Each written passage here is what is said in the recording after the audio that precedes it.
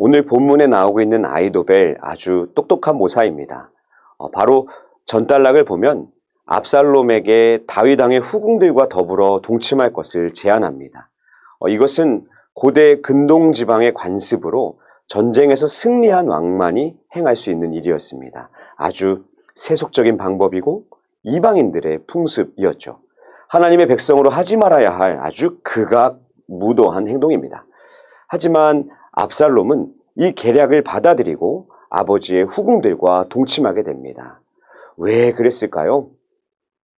다윗에게는 망신을 주고 이제 자신이 이스라엘의 새로운 힘이라는 것을 과시하기 위해서입니다.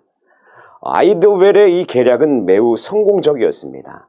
마치 하나님께 물어받은 말씀처럼 압살롬도 심지어 다윗도 인정할 수밖에 없었습니다. 그렇게 압살롬은 탐욕에 눈이 멀어 하나님은 온데간데 없고 자신의 이름을 내는데 왕의 자리에만 관심이 있었습니다. 어쩌면 그것도 하나님께 받은 것이라고 큰 착각에 빠져 있었는지도 모르겠습니다. 아이도벨의 계략은요, 거침없이 오늘 본문에서도 이어지고 있습니다. 내용은 이렇습니다. 아이도벨 자신이 선발된 12,000명의 병사를 이끌고 추적해서 힘이 빠진 다윗 왕을 제거하겠다는 것입니다. 그러면 그와 함께한 백성들은 모두 흩어지고 압살롬에게 돌아올 거라는 것이지요. 아이도벨 자신에게 이 일을 맡기기만 하면 다윗 한 사람만 제거하고 다른 피는 흘리지 않는, 누워서 코 푸는, 누워서 떡을 먹는 격이 된다는 것입니다. 실제로 상황이 그랬습니다. 다윗의 상황을 완전히 꿰뚫어 본 것이지요. 지금 요단강을 아직 건너지 못한 채 다윗은 완전히 지쳐 있었습니다. 그도 그럴 것이 한순간에 왕의 자리에서 쫓겨나듯이 광야에 머물고 있습니다. 그것도 아들에게 쫓겨서 말이지요. 얼마나 비참하고 마음의 상처가 크겠습니까? 이처럼 전의를 상실한 다윗을 죽이기만 하면 압살롬에게 더 이상 적수가 없는 것입니다. 이제 아이도벨의 계략을 사용하면 끝나는 것입니다. 자, 그런데 누가 등장합니까? 후세가 등장하고 있습니다. 후세가 누구일까요? 다윗의 신복, 다윗을 위해서 압살롬에게 위장전향한 상황입니다. 이제 1등 모사의 아이도벨의 말만 들으면 되는데 압살롬이 후세를 부른 것입니다. 이것이 정말 기적과 같은 하나님의 역사하심입니다. 하나님께서 이 일을 친히 간섭하고 계시는 것입니다. 후세가 말합니다. 아닙니다. 아이도벨의 말은 좋지 않습니다. 썩어도 준치라고 다윗은 영웅이고 그와 함께하는 사람들은 용사인데 만약 저들이 숨어 있다가 몇 명이라도 치면 큰일이 납니다. 그 용맹함에 압도당해서 다 도망가고 말 것입니다. 그러니 이스라엘의 전 지역 단부터 브엘세바까지 군사를 다 모아서 압살롬 당신이 직접 출정하십시오. 그러면 끝이 납니다. 이 후세의 말에 압살롬은 완전 동의합니다. 자신의 영향력을 드러낼 절호의 찬스이기 때문이지요.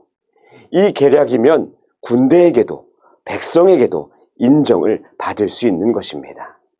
결국 압살롬은 다윗을 위한 거짓 모략인지 모른 채 자신의 성공에만 눈이 멀어서 후세의 계략을 따르게 됩니다.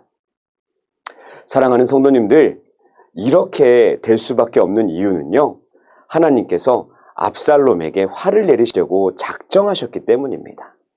압살롬이 하나님 편이 아니기 때문입니다. 압살롬의 삶 가운데 하나님의 어떠한 영향력도 없습니다. 자기 성공을 위해서, 자기 유익을 위해서라면 하나님의 뜻과는 상관이 없는 것입니다.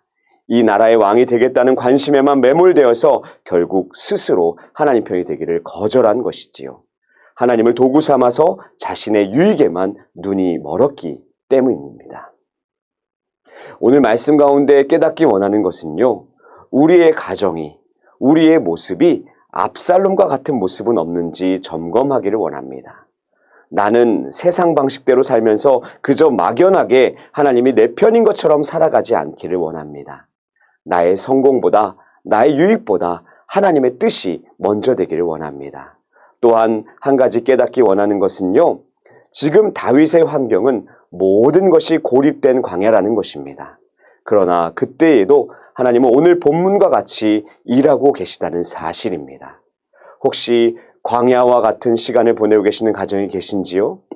어려운 시간을 보내고 계시는 성도님들이 계신지요? 보이지 않는 곳에서도 역사하시고 인도하시는 하나님의 세밀한 계획이 있다는 사실을 꼭 기억하시기를 원합니다. 이제 대광의 모든 성도님들은 철저하게 하나님의 편이 되어서 하나님을 의지하며 하나님의 계획을 쫓는 삶이 되시기를 주님의 이름으로 축원드립니다.